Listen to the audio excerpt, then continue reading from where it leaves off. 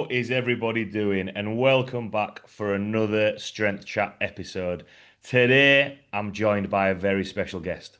He's the founder of Next Level 360 Performance. He's also a Level 3 Prescript coach. And from a previous guest, Jerome, an absolutely awesome guy by all accounts. Today, I am joined by the one and only Jay Jones. How are you doing?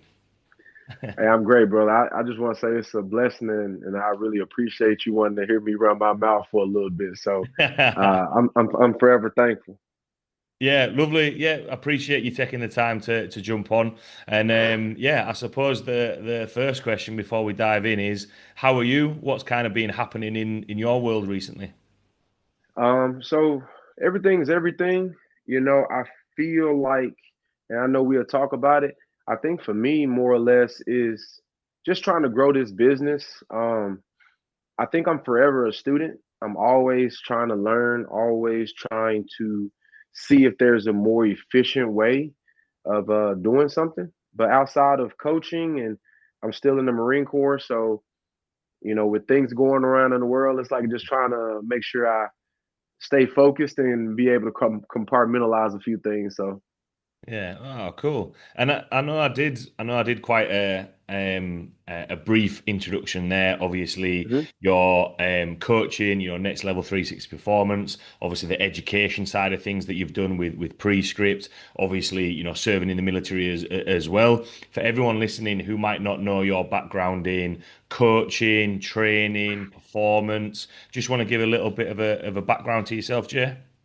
Yeah, for sure. So Jay Jones, been coaching for about like 10 years now. 10 to 15 years. I've always had a passion for it. I played college football. I think y'all call it something different. It's American football. I'm Yeah. not good like that. So played college football, and I realized that I wasn't as good as I thought I was. And so once I got to a certain level where I'm like, yeah, this NFL dream, I ain't gonna make it. I wanted to. I feel like my purpose in life has always been to help people, to serve people, and I kind of the whole point of me getting into coaching, more with like an athletic background, was based around I wanted to give people or give athletes what I never had. And that's basically not somebody who just like, oh yeah, do this, and do this, but actually somebody who is knowledgeable in how to do those things. Where I've always used this, I guess you could say this idea of you have in the military, you have machine gunners and you got sharpshooters, you got snipers. A lot of things that people do, they focus on the mores, like how much more can I do, and it's kind of like a bodybuilding mentality. Like I got to do more, got to do more. And it was like I can tell you from experience. Like when I played college football, I was probably one of the hardest workers on the football team. Um, I was the first person in the gym, the last person out. But you understand now. I understand now at older age, like it's not about doing more. It's about being more efficient with your time. So a machine gunner can go in and shoot 1,000 rounds into a building. A sharpshooter only needs one shot, and the job is done. And so I take that mentality into my coaching, as even into the military, and to like anybody who reads my articles about like leadership. I don't think it's about doing more. I think it's about doing less. And it's kind of like when we talk about in coaching, it's like you don't always have to say something. Like you can shut up and then let the athlete figure their way out. So I think for me, more or less, is I base my life around three things: being able to serve people, being knowledgeable enough to earn that right to be able to coach people, but then also just being a good person, being honest and not lying to people. I think is has always set me up pretty good. Yeah, nice. And with that as well, because obviously, I mentioned about, the prescript course that you've done as well. Was it always a case of kind of um, learning from your own maybe mistakes or experiences from training, like when you said there about doing more, or was it just a case of actually, the people that you surround yourself with, or that kind of drive to kind of like learn more and be like, how can I make things better? Yeah. I think when I got around Prescript, it was crazy because like most people say, man, that's a lot of money. Like it's much. it's so much more. And this is like Prescript isn't paying me, but like it's so much more than a certification because the idea behind Prescript is like NASMs and all these other things, not to knock them, but like they teach you the knowledge, but they don't teach you the application. And so it's like I've seen coaches who are super smart. They're way smarter than me. They be like, oh, they can talk about the glenohumeral rhythm. They can talk about how the iliotibial band. I'm like in my mind, like you could have just said IT band. Like you didn't even have to say all of that. But it's like they use these words and they use these things, and people just be like, oh, they know what they're talking about. But, but you don't know how the iliotibial or the IT band affects the knee or how it affects the hip, how it attaches into the certain different joints and different things like that. Like, how does my IT band affect this?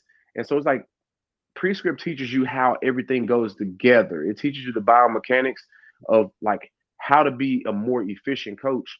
And so when I got into Prescript, I looked at it and I was like, man, Jordan puts out so much free information. And I was like, for free.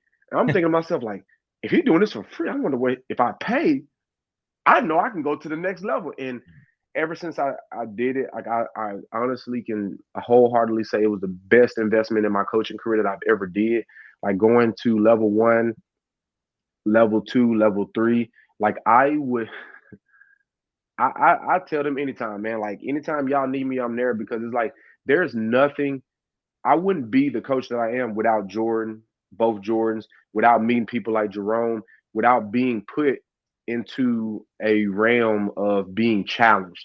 Not in a disrespectful way, but it's like I can go in a room and I could be like, most times I'm the smartest person in the room. And I'm not saying that like out of arrogance, but it's like I know a lot about a little.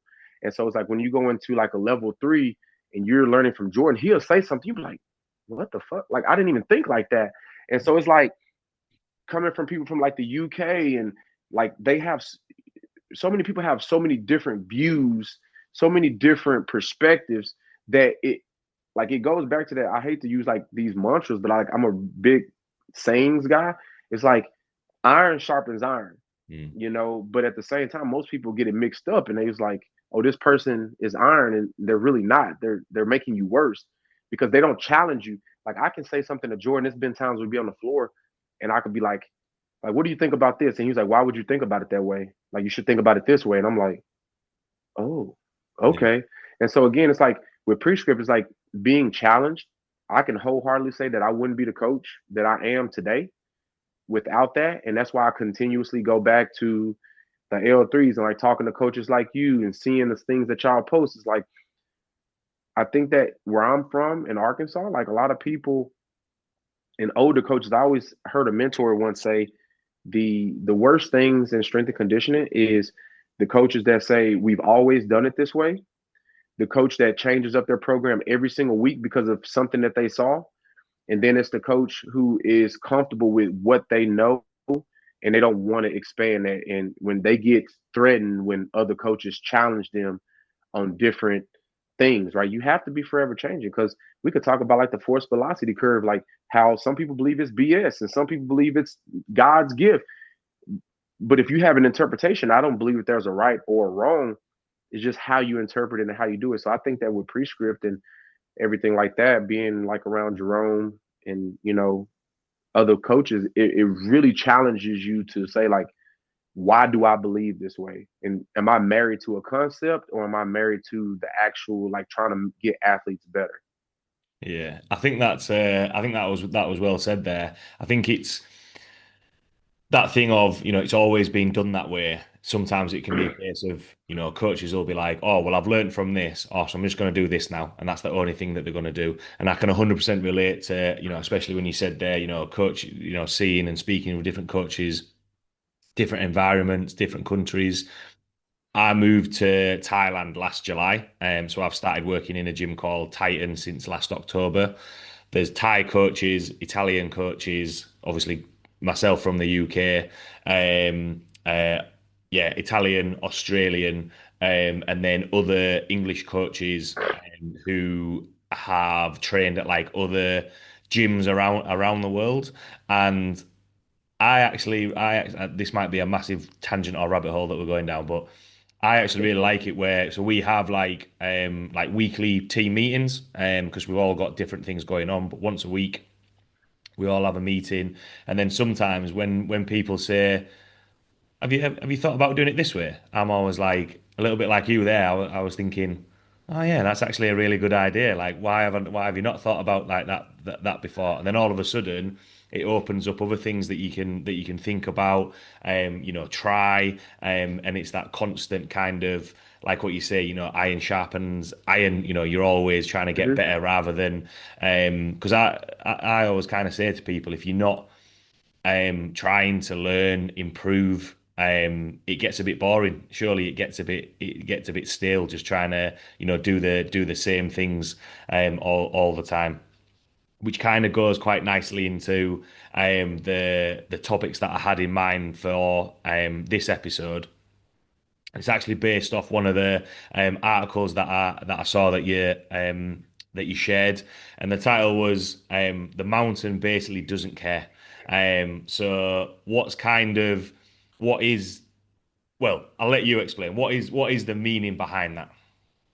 Oh man, so I've recently like I tell anybody, right? Like I'm always trying to learn, and I feel like with me, like writing is kind of my like release, and it's personally like I want to eventually like put out a book.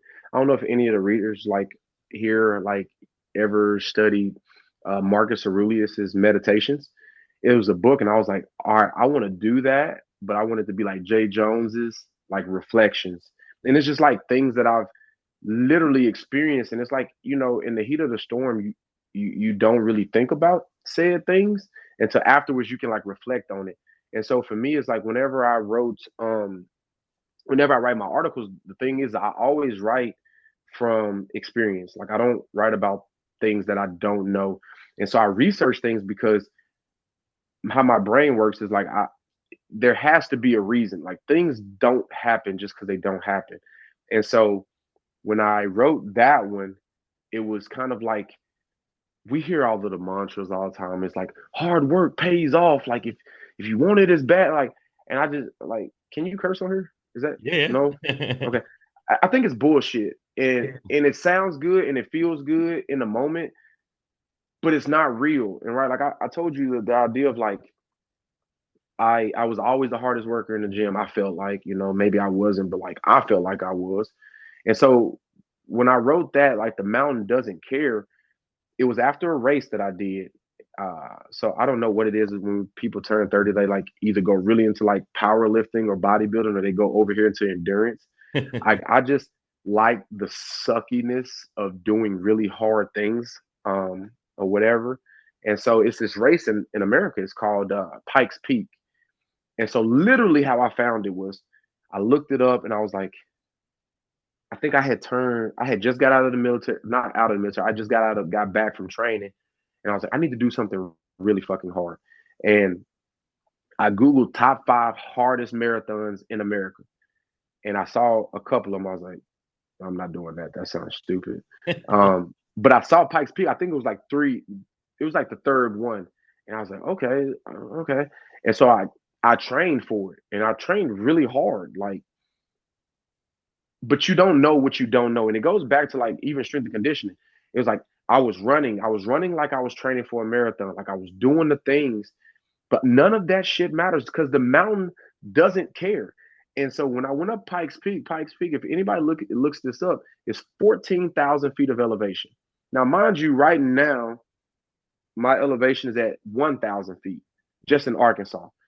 So you get to a certain level of when you get up the mountain, like you starting at base 8,000. So by the time you get up to 14,000, like all of the trees are dead, like there's no air. And I got to the top of the mountain, and the one thing that I didn't pay attention to is that there's a time cap. And like I have, you can't see it, but I have like I do a lot of races, so I have like marathon stuff all the way around, right? So I've ran marathons before, and I got to the top of the mountain. So basically, the marathon is 13 miles up, 13 miles down. And so I'm like, okay, I just got to get it to the top. Once I get to the top, I'm gonna just in my mind I was like, I'm gonna just run down. And I remember hearing this. It was this older guy, and he was like, "It's crazy that you got to run this marathon just for a 6 mile race." And I was like, "Whatever, this guy doesn't know what he's talking about." Now, mind you, this was a few months ago. This was back in September, and I made it to the top. And then I was coming back down. Like some people, like if you didn't make it up in a certain time, they take you off the mountain. They're like, "You're done. You get a Yeah. DNF, whatever." I beat the time cap, and I'm coming down the mountain, and I don't know. I got dizzy. I was just like, I was dehydrated. Like I don't know how I got dehydrated because I was drinking. I just felt like shit. And it's like now, mind you, whenever you're doing a trail marathon, you're not allowed to wear music. Right. So there's nowhere to hide. Like it's you and you. I don't know nobody. Everybody's off the mountain by now because all the people either faster than me or they got taken off the mountain. So anyway, I get to the bottom. I finished the marathon in 10 hours, 43 minutes. I got it imprinted in my brain. And I'm just like, okay, I finished it. And I'm looking around like, hey, where's my medal at? And the lady was like, oh, you didn't make it. And I was like, no, no, no, no. I can show you. I did 26 miles. And she was like, no, no, no, no, no. You have to do it in 10 hours. And so I'm pissed. I'm like, I done drove all the way to California. I mean, to Colorado. I'm here. I just went through this God fearing fucking experience where I'm on this mountain. And I'm like, I have I've been in the Marine Corps, and that's probably one of the hardest things I've ever did. And I get to the bottom and I don't get my medal. Now I'm a big proponent in not giving people participation trophies. Like I got a lot of medals. Like one of the I'll show you this one. Like I got this one, right? So this was the Marine Corps marathon that I did. And it's really cool because like it opens up and it has all this like cool Yeah, nice. shit. And so, but if I did it, I want my medal. Well, I didn't do it. And I had to take some time and I had to reflect. And it was like, no, you don't deserve a medal because you didn't do what was required.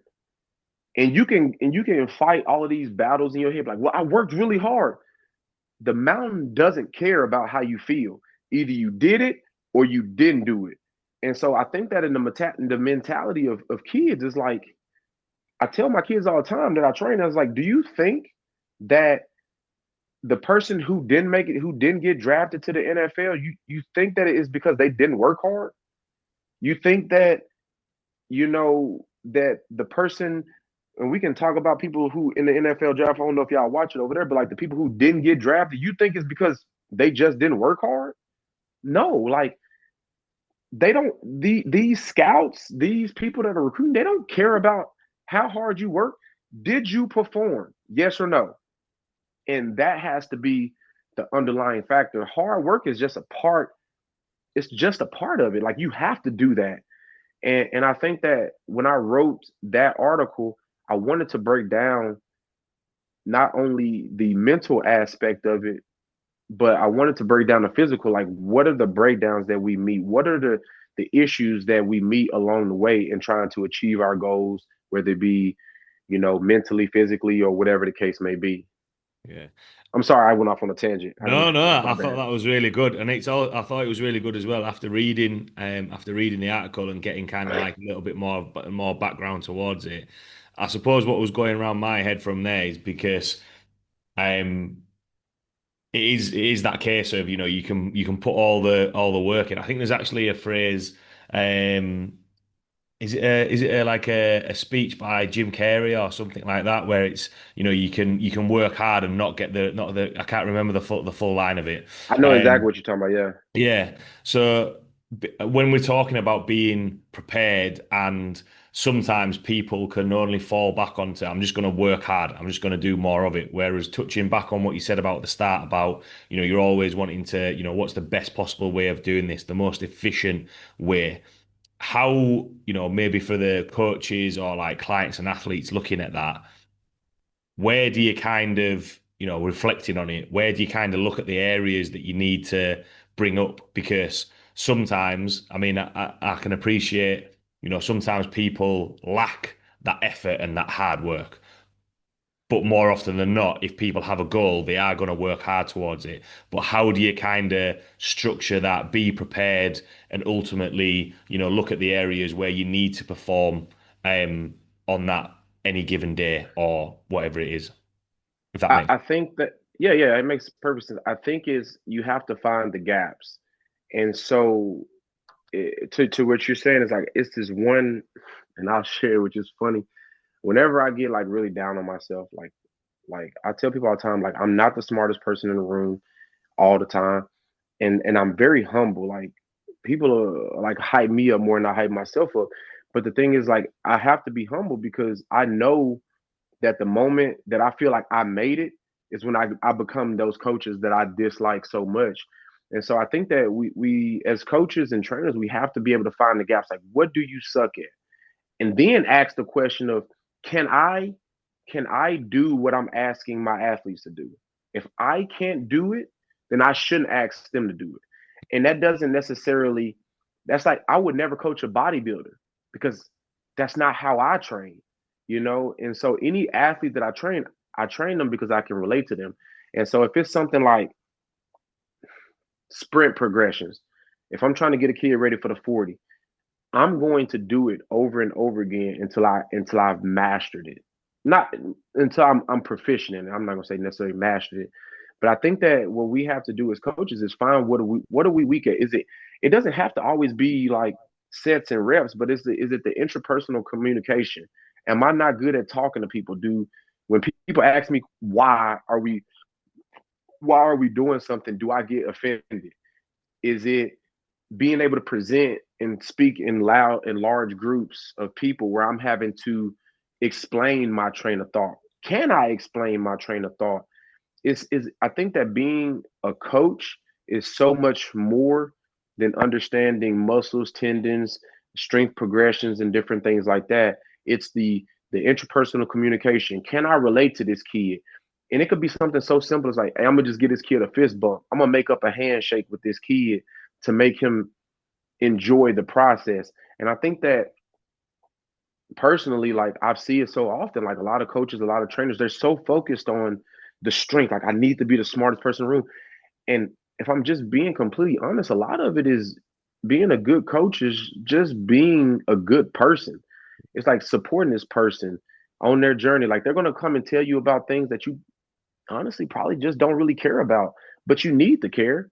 Like kids, like not kids, but like even my adult athletes, like if they come and tell me something like my dog, I just got a dog, Betty Sue. After the session is over, I'm just gonna put it in my phone, like, okay, she has Betty Sue. And I might just come in and like, man, how's Betty Sue doing? Oh, and it's you're building that because you care. And I think that again, it goes back to like, what are your gaps? Like, is it do you not care enough? Like when somebody leaves that session, yes, we're gonna make them better. But do they feel good once they leave? Or do they feel like, oh, that was just like if it's just transactional, you won't be that successful. I don't think so in the it. long term because people you're going to be the first thing that they cut off when money gets low. You know they're going to be like, ah, what can I cut? Jay doesn't really make me feel that good. You know, like I can do this on my own. I can use Chat GPT. Don't really need him. And so I think that like the athletes and the clients that I've had for so many years, I don't even consider it above and beyond. I hate saying that. Like if I'm training a kid, I'm going to his football game. I'm going to his basketball game. I want to see how he moves. How does he deal with pressure? Because I can take that and again, it's not just, you know, muscles, change of direction, acceleration, deceleration. Is all right, I'm gonna take this kid and I'm like, ooh, whenever he gets frustrated, he just blows up. So I'm gonna take that and I'm gonna put that in the gym because again, I'm not recreating the sport. I'm just recreating the demands of the sport. Yeah. But like Killian taught this, and it's like you think that the demands of the sport are just muscle fibers when it's actually like a lot of the stuff is mental. Like how do you take that and you put that in there? So hopefully I answered your question, but I think in essence, like it's just you got to find the gaps in whatever you're missing and do better at that. Yeah, definitely. Really like the point that you said there about, if you're getting frustrated in a game and how to put that into the gym because, if you're getting frustrated with I don't know, struggling with technique on an exercise, or if you miss a lift, or whatever it is, those traits are going to come out in the gym as well. And it's kind of that thing of, again, another phrase that I quite like is, every athlete is a human, but every human is an athlete. I think that's the phrase. I can't remember fully what it Yeah, was. yeah, yeah. And it's kind of, you don't necessarily just want to build robots of, yes, they can jump, they can squat, they can do this. It's a case of like, well, what happens, like what you were saying about, being able to do hard things. What happens when they do come up against a challenge? Do they kind of like shy away from it? Do they, try and head it face on? So I think that's quite important.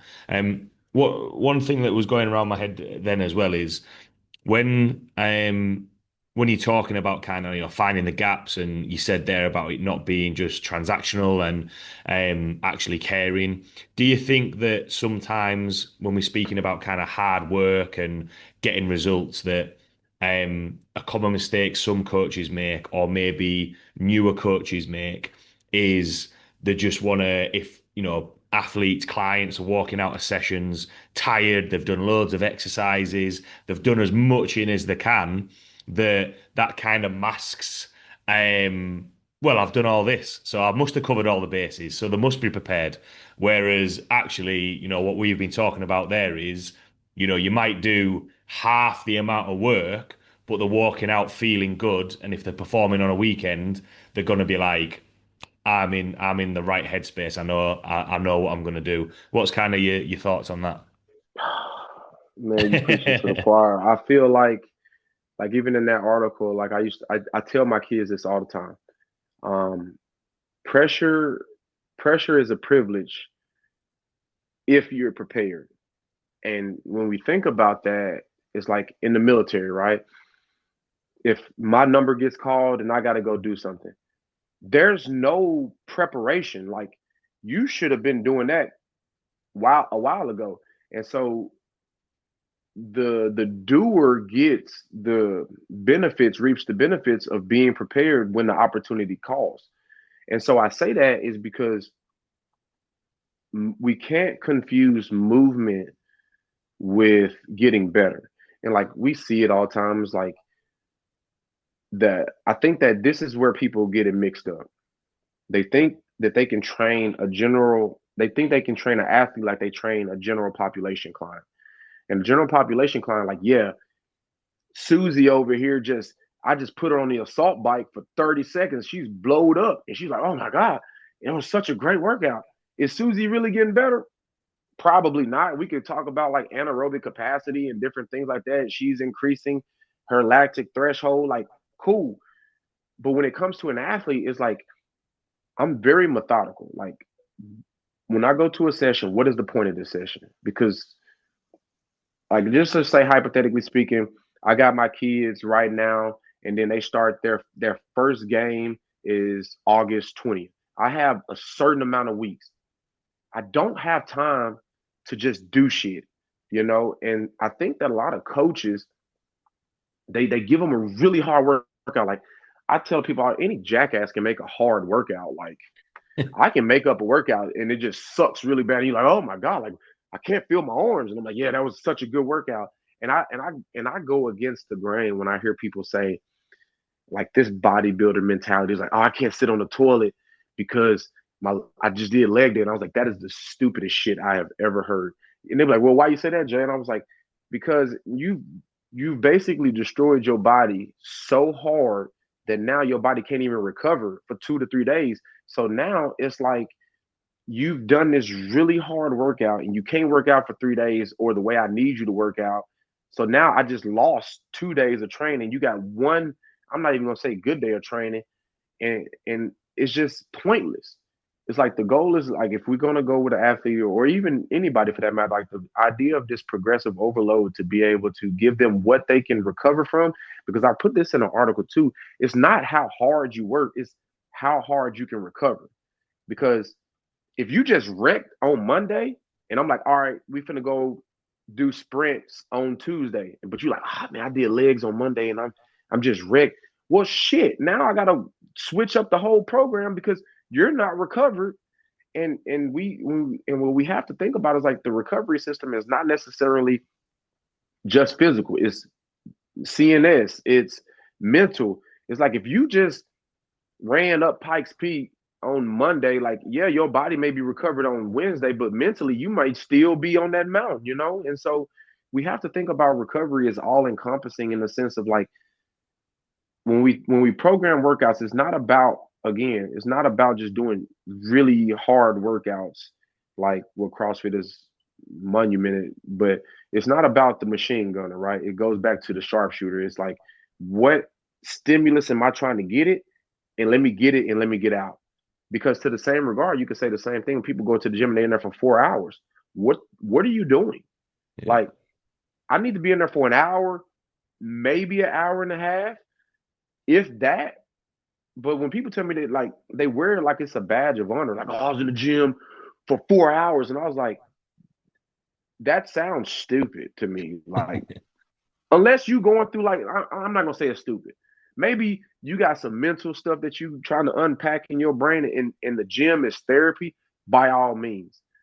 But for the people who are trying to athletically or even get better, like focus on what you need to focus on, get in, get out, so you can do something else.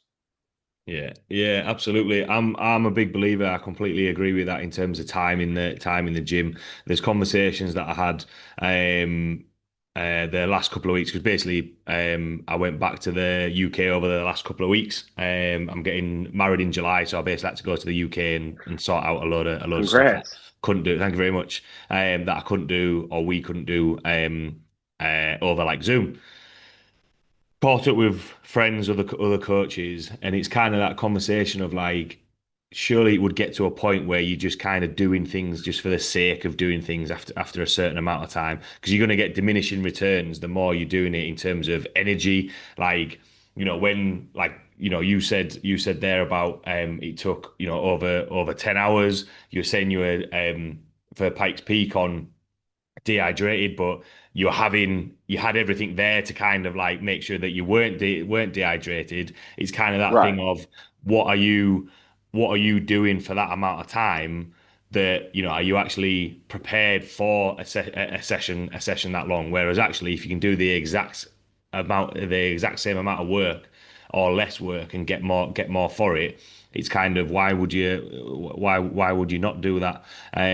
In when we're thinking about that for the when you're saying about like minding the gaps and the recovery side of things, do you think that's kind of the most common area that you find people are the least prepared for? Like the fill in my head, I always think about it looking at it as what buckets are full, and everyone pours a lot into the training side of things and the effort and the hard work. But do you think that the bucket in terms of recovery is sometimes is overlooked when it comes to being prepared? 100%. I think that it's kind of like I was talking to, so I coach volleyball girls strength and conditioning for a club here, and I remember they were doing these drills, and I had them doing like if anybody's ever experienced a beep test, it's probably like the worst shit ever. And basically, they run like I have a number in my head. I need them to get here and here as fast as possible. Uh, they once you go through it a few times, like you realize like all right, the faster I go, then the more rest I get. But it's counterproductive because the slower I get, then I'm going right back into it. And so the girls, like one of the girls said something, and she was like, the other girl had her hands on her knees. And she was like, stand up. Coach don't like that. And I was like, what are you talking about? And she was like, she's like, my coach doesn't like it when we put our hands on our knees. And I was like, why? He was like, because it shows weakness. And I was like, okay, let's talk about this. First of all, anybody can look this up. You get way more air with your hands on your knees than you do if your hands are up here because your lungs are restricted. And so again, it goes to this old way of thinking of like, oh, you're showing weakness if you put your hands on your knees. I remember because my coach used to tell me that all the time. I understand it, but science wise, it doesn't make sense. Now I'm not going against these old school coaches, but it's recoverability. I need you to recover as efficiently and as fast as possible. And so it goes even like you probably can attest to this, like when you have like guys in the gym and they're doing like a 5 by 5. Do once you finish your set of 5, do you just like stand up and walk around? No, you sit down so you can try to get some blood back to them legs so you can hit it again. And so it goes back to these old, I ain't gonna say old school, but like these different ways of thinking. And recoverability is huge because again, if I can push you like the person who can recover faster, I can push them harder because now I can add more stimulus, which if I increase the stimulus, then I can increase the adaptation. And so now it's like if I can increase the adaptation, now I can get more out of this hour because I can go through an A series, a B series, and a C series, and I can kind of push it a little bit more of this plyometrics in the beginning, and then we got strength in the end. But most strength coaches, I feel like, forget about the conditioning aspect. It's not strength; it's strength and conditioning. And the part is like when we're thinking about conditioning, even conditioning has a purpose. It's not to just wreck them. It's like, all right, am I focused on aerobic capacity? Is this steady state? Or am I trying to work on lactic threshold? Am I trying to work on whatever the case may be? And having that understanding is like, I can base my recovery around that. Now, I'm not one to sit up here and talk about like ice baths. Like, I think that all of these things have their place. And I think that these things can be good. But I also believe that simple sleep. Like you can ice bath yourself all the day, but if you sleep in 4 hours, we can always talk about like HGH levels. You're not recovering. Like it may be cool for the first night, the second night, but after a while, it's going to catch up with you. And so, prioritizing your sleep, prioritizing water, like you can work as hard as you want, but it's like muscle contractions don't happen if you don't have sodium. And so, it's like recovery is one of those things like people just think ice baths, saunas, massage guns, and this and that. But the simple recovery is like, are you hydrated? And like I work with my athletes and I'm not bragging on this, but I can tell when they're off. I'm like a little misstep here, and I'm like, hey, did you drink water today? I'm like, nah, I was going to class. I'm like, I can tell, Yeah. you know. And the recovery aspect that I want to push away is much more than that. It's everything. It's all encompassing. Are you fueled? Are you eating? Are you under fueled in the session? Are you just like, and all of these things matter. Now, I'm not going to sit here and say that every day is going to be a good day, but at the same time, it's like we have to understand, like, as a coach, I can only put on you what you can recover from, Yeah. and this is very important when we talk about like in season training and different things like that, because I'm not going to do a lot of eccentric work during the season because they can't recover because they're playing their sport or whatever the case may be. And so I think that a lot of coaches do underplay, recovery. It's all about volume. Like, oh, I can get them here. But it's like I heard one coach say, like, yeah, you increased everybody's power cleans and all their squats, but then they went 1 in 14. Yeah. So, and at the end of the season, you see the injury list go up, and we can look at like strength and condition. Like the goal of a strength and conditioning coach, in my opinion, is to do no harm. And so it's like at the end of the season, if you got there are going to be freak accidents that happen, but you got a bunch of guys with torn labrums, LCLs, MCLs. It's like you got to like look at yourself and be like, damn, did I put too much volume on them? And then now that they get in the game, everything like we can talk about like the other writing that I did, but it's like, did I create this engine and then not create the parts that support that engine? And now they're hurt. And so I think, yeah, going back to, sorry, I ramble a lot, but I think that recovery is very much so underutilized. The Yeah. first question I ask any athlete when I train them, hey, how we feel today? Man, my shoulder bothered me. Okay, and I know now, okay, they say they shoulder, I'm not finna be like, all right, well, I got on the schedule, I got 5 by 5 on flat bench. No, I'm like, all right, okay, let me change this up a little bit. Yeah. And so, yeah, recoverability is huge. I'll say Yeah. that. I thought everything that you've said there, it's good. It all kind of flows together, and there's a lot of points there I completely agree with. One of the very first coaches that I worked with sat down and I remember him saying there's only a few kind of non-negotiables that we want for coaches working in the gym, and the first one was don't injure your client, don't injure your athlete, because even if you just base it down to you working as a coach, if they're injured, like they're not going to be coming into the gym, or if they are coming into the gym, they're actually going to be spending more time with a physio or whatever else than they are going to be with you. So the more that you can look after them, like what you're saying about that, if they hurt the shoulder, like change it around, speak to them. Goes back to what you were saying before. Everyone thinks that because especially being from Yorkshire and being maybe a bit too loud when people are coming in, but it's how you doing, how's you feeling, how's your day been if they're coming in a little bit later.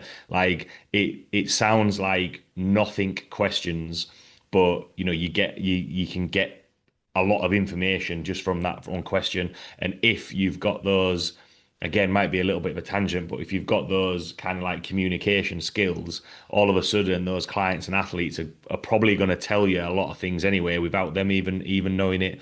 And interesting that you said about kind of like the strength and the conditioning side of things, and working on and the recovery side of things. It's that thing of I know for myself, I don't compete in powerlifting as much. I basically started competing in powerlifting when I stopped playing as much rugby, and I neglected the conditioning side of things for quite a long time, and that actually impacted my strength. Whereas now, all right, I'm not competing in powerlifting as much. It's doing actually structured conditioning. It's like, well, I'm recovering a little bit better, so I can actually do a little bit more work in the gym, and all those other things. Like when you're saying about water, um, especially being in Thailand because it's so warm. Me and the clients that I train, I understand what you mean. I was kind of nodding there when you're saying, if they're slightly off a little bit. So like for example, this morning before the call, I had my electrolytes beforehand because I know that after this I've got a full day of coaching, and it's kind of like even if I'm not training because I'm in the heat all the time, especially north of England being quite cold, like you've got to be prepared to do that. So yeah, I thought there was some really good points in there. Building on and it kind of flows quite nicely into the second article that I read in. You mentioned about having building the engine, but not having that kind of that could work capacity from there. And kind of this has come from speaking with clients who are doing a lot more running now. There's a lot of high rocks. High rocks is people doing a lot of running on there, but um, they're just doing tying into what we've said throughout this chat of they're just doing more running, but then they're leaving big gaps in part of the training. And I suppose for from your point of view, the marathons that you've done, the running that you've done, how much of a negative impact can not building that strength foundation impact people's running if left I can't think of the word I'm looking for. Just kind of like Yeah, yeah, not yeah. kind of I giving get you. any focus, if that makes sense. I like I said, I write about things that I can relate to. Like right now, I haven't been able to run for like the last 2 or 3 weeks, and it's sad and annoying because I'm one of those people. Like that's why I said this is where humility comes in. I am not too proud to say that I fucked up, and so I did all of the marathons. It's like, oh man, I'm in between clients. Like I don't got time, and I had this like mentality, like, you gotta go, dog. Like I'm like, all right, I'm gonna just go rip a 30, 40 minute run real quick in between clients. And then I'd be like, and I would always tell myself like, oh, I'm gonna do my strength, my stability stuff later. And I never did it. And I did a half marathon maybe like 3 weeks ago, 3, 4 weeks ago, and I just felt something in my foot. Like I'm just running. I'm not going fast. Like I feel like a bee sting or something, like right in the arch of my foot. And I didn't think nothing of it. When I tell you the next day I could not walk, and I went and I got an MRI, and it was basically like a partially torn ligament in the basically not the iliotibial, sorry, the tibialis wraps around the bottom side. I forgot the technical term, but it wraps around the arch of your foot. So it comes like the tibialis anterior comes back around, and I basically really pissed that off from just basically overuse, just pounding the pavement. I never did my calf raises, my isometric holds, building up the soleus, and all of these things that I know to do that I would tell all of my athletes to do. It's the pot calling the kettle black. And I think that it's not a matter of how, but it's a matter of when. Because if you're packing on mileage and you're trying to do these things and you're not building up the base, I tell people all the time, it's like I got kids who are super explosive. Like I got one kid who damn near can jump his height, like, but he has no brakes. He can't stop. And what is that? What do we see from that? He's had a torn quad. He's popped his hamstring. The kid is 14. Wow. You know what I'm saying? Fast twitch muscles, but he has to be able to build up the stability to be able to strength that supports this God-given gift that he has. And so he works really hard. And for me, it's like whenever I'm working with runners and different things like that, a lot of the first workouts, they be like, oh, this is boring. It's because I'm gonna have them go into an isometric hold, into a split lunge, or front foot elevated split lunge, and we're gonna hold it for 30 seconds or 45 seconds. I'm gonna have them doing Copenhagen's at the end of their workout to build up their adductors. I'm gonna have them doing soleus marches and soleus iso holds. And these are the non-sexy things that build up the engine. Because eventually, like I had one of my runners, she ran a half marathon not too long ago and feeling good. And this is the thing about it, is like that strength, it shows up at the most inopportune time. She was running a race. She got to 22 miles, start cramping bad in the tibialis. Tibialis starts flaring up, shin splints. But what does that come from? That comes from a lack of strength in the foot. The foot starts to seize up. Now you lose ankle mobility. Now that tibialis is taking the brunt of it, and now you got shin splints. That's just a strength thing. That's not a it falls out the sky type of thing. You're not strong enough to. You're asking your body to do something that it's not strong enough to do. And in my mind, that's all an injury is: ACL tear, MCL. Like you've applied so much force that this tendon couldn't withstand the force. Now, obviously, get into football, rugby, like you may get hit and you may just get forced in that position. Fair. But I think that when we're talking about building up the structure, we need to be able to be strong. Now, there's a certain thing of being strong enough. There's a reason linebackers look like linebackers and quarterbacks look like quarterbacks. Like everybody wants to talk about like Jalen Hurts squatting 500, 450 pounds. Cool, good for him. I don't need you to do that. I just need you to be strong enough, right? When it comes to sports.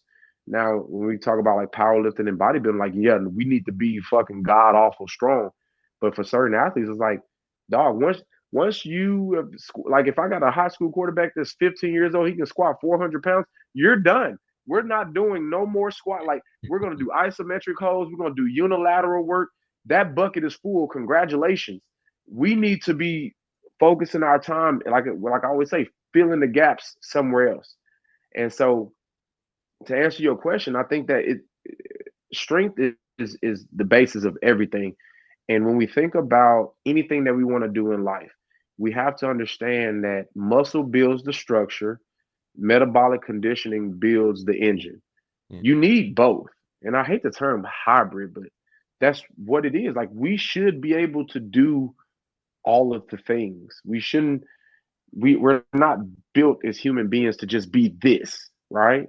And the whole point I wrote that article was, you know, we have these things like that interest us. If it's powerlifting, if it's bodybuilding, that's cool, that's fine.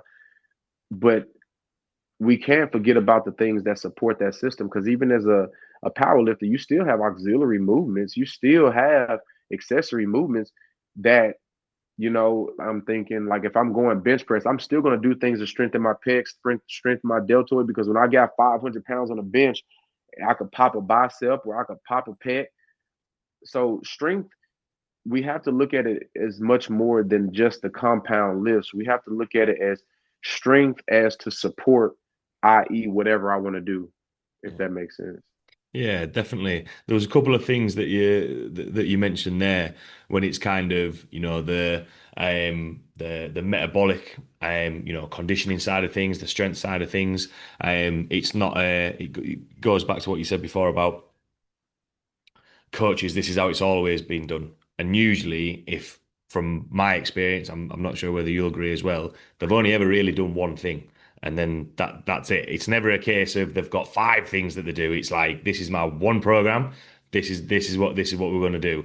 And yeah, what's that phrase? If you throw enough shit, some of it'll stick. Like it might work for some people, Yes. won't work for others. But is it Alpha Anchorman? It's like 60% of the time it works all the time. All right, cool. So that's where it is. Whereas actually, I always think it is a case of, and I'm just going to run with this analogy. I don't know why it came to me. It's like on your plate, Yeah. like you don't just have meat on your plate. You've got vegetables, you've got this. You have like loads of ingredients to make a really nice, a really nice meal.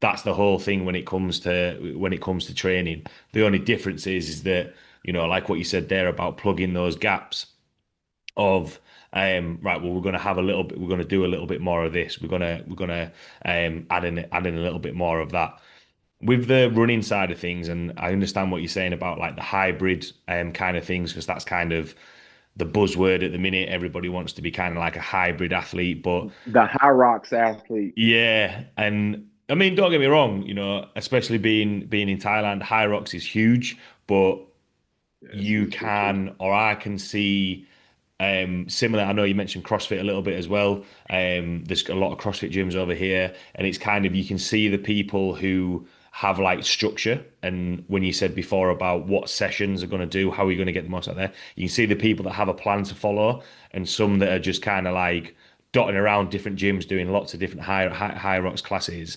And do you think when it comes to more so on the running side of things and the strength side of things, do you think it is a case of there is maybe a lack of understanding or a lack of understanding of how to actually incorporate strength training into it? Because for a long time it's just been a case of, you said there about physiques, the physique of a linebacker compared to a runner.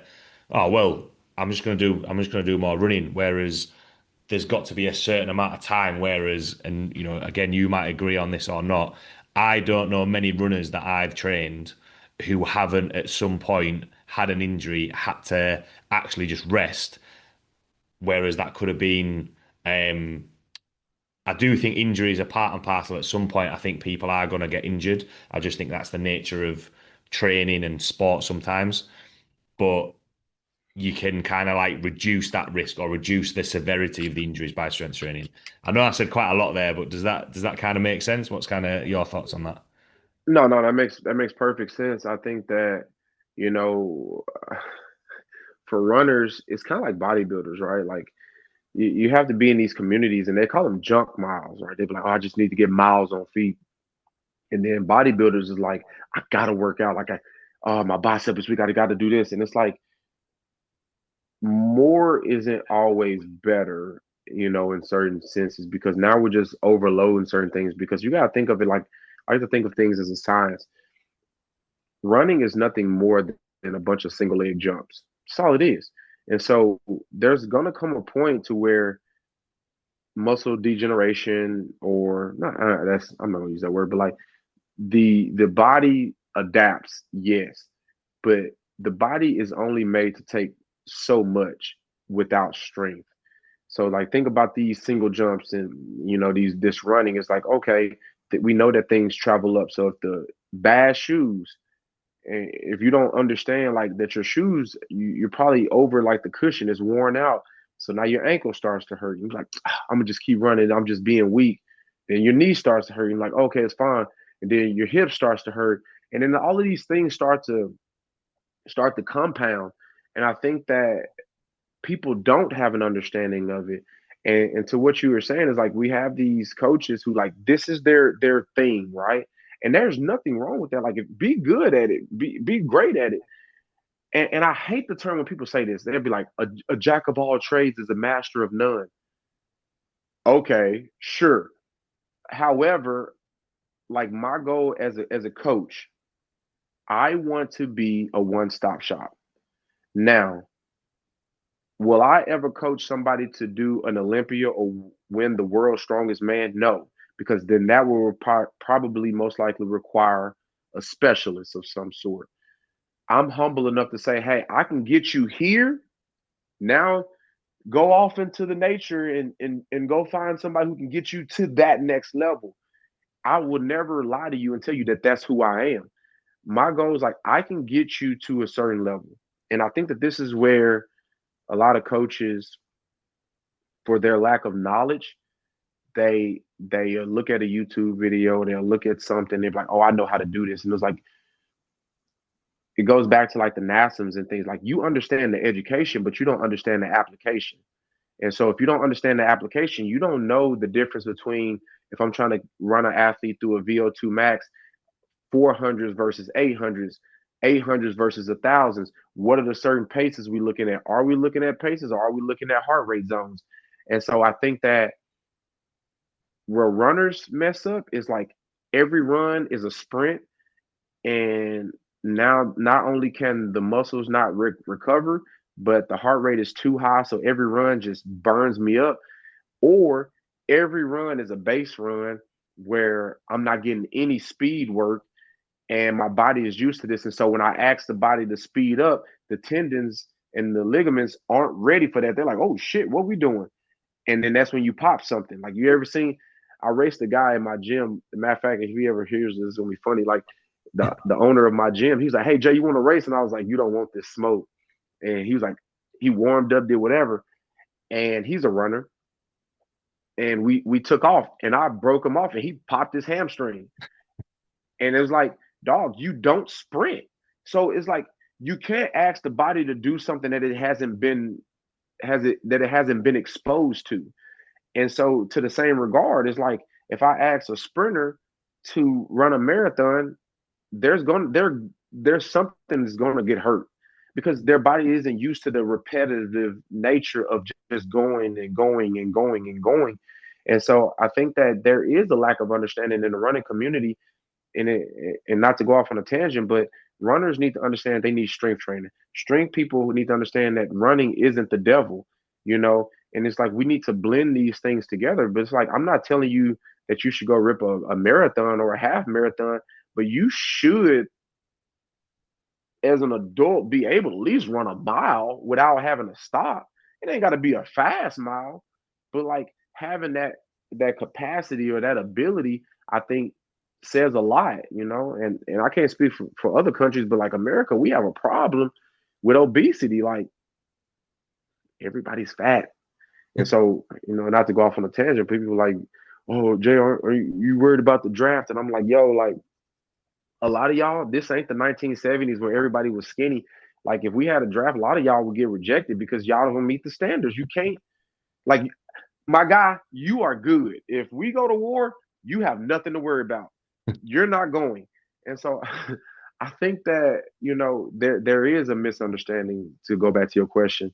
And I think that it's our job as coaches to say, hey, that isn't a bad thing to be able to go run. You should be able to run. You should be able to do that thing. Now, to what extent you run, and that's on you, you know, but you need strength training to build this up. In my strength training, guys, you need to be able to have some type of aerobic capacity because it's only going to help you. Because if you have aerobic capacity, like you can probably attest to this, is like you can recover faster because your body is more efficient at flushing out lactic acid. It's more efficient at circulation because you have this aerobic capacity. And so now you'll notice like maybe that 15, 20 rep feels a little bit better because your body works a little bit more efficiently. So all of these things go into each other. But I think that people just get in these camps and it's either this or it's that. Yeah. I think that kind of, especially from what we first started chatting about at the start of this episode, it's kind of being prepared. Having a certain level of standard to be able to work for, depending on what your goal is. Like what you were saying there, to be able to run a mile doesn't have to be fast, but there's things there that you can do to fill the gaps to fill the gaps in which we've spoken about, which has been yeah, a consistent theme through this chat. Um, Quite a lot of topics and tangents thrown in there, but really, really enjoyed this chat, Jay. The last Yeah. question that I like to ask is for everyone listening, whether it's the coaches listening or the clients and athletes listening, from everything that we've chatted about there, what would be your take-home points or words of wisdom for this episode? Mm, Be humble, ask questions, and communicate. I think are the big things. I think that in social media, like I can reach like you reached out to me and like if I ever see you post something and I'm like, hey man, like what you mean by that?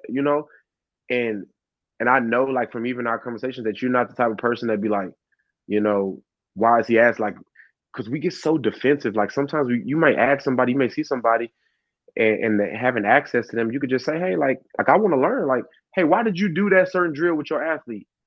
And again, it's this perspective. Is if the goal is to make the people that we train better, we have to be better ourselves, and that's daily. That's in like I said, you don't have to run a marathon, but like whatever you're coaching, you should be proficient in that to where people can look at you and they be like, oh, that's what he does. I want to be like that. And then that's going to help people gravitate towards you. If they see that you're always learning, you're always doing things, it's going to make them want to do that too.